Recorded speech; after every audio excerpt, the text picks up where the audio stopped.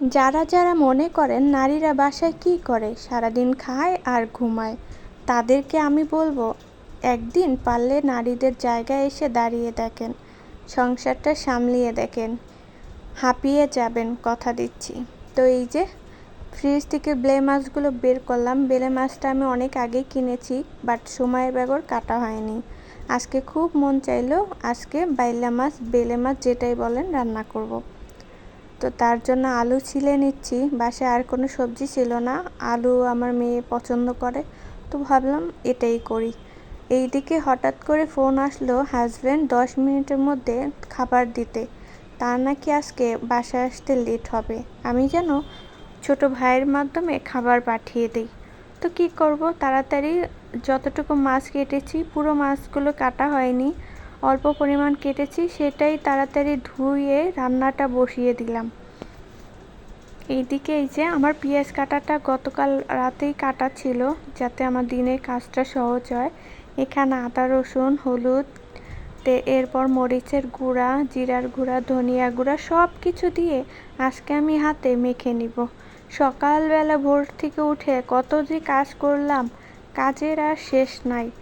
মেয়েকে খাওয়ানো, মেয়েকে নিয়ে ঘুম পাড়ানো, মেয়ের পছন্দ মতো জিনিস তৈরি করে দেওয়া, এদিকে হাজব্যান্ডের খাবার, ঘর ঝাড় দেওয়া, ঘর মোছা, কাপড় ধোয়া, পানি ফিল্টারে ঢালা, সব একদিক দিয়ে যেমন কাজের চাপ বেশি, অন্য দিক দিয়ে আবার কথাও শুনতে হয়। বলেন তো কেমন লাগে?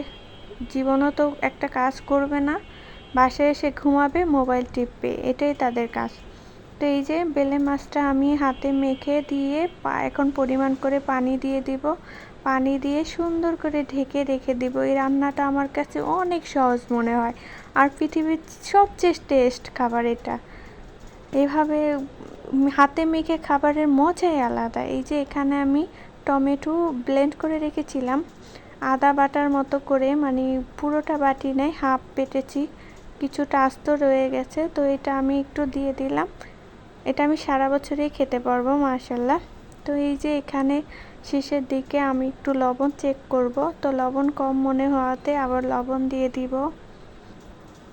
তো লবণ দিব, শেষে আবার আমি একটু জিরার ফাঁকি দিব।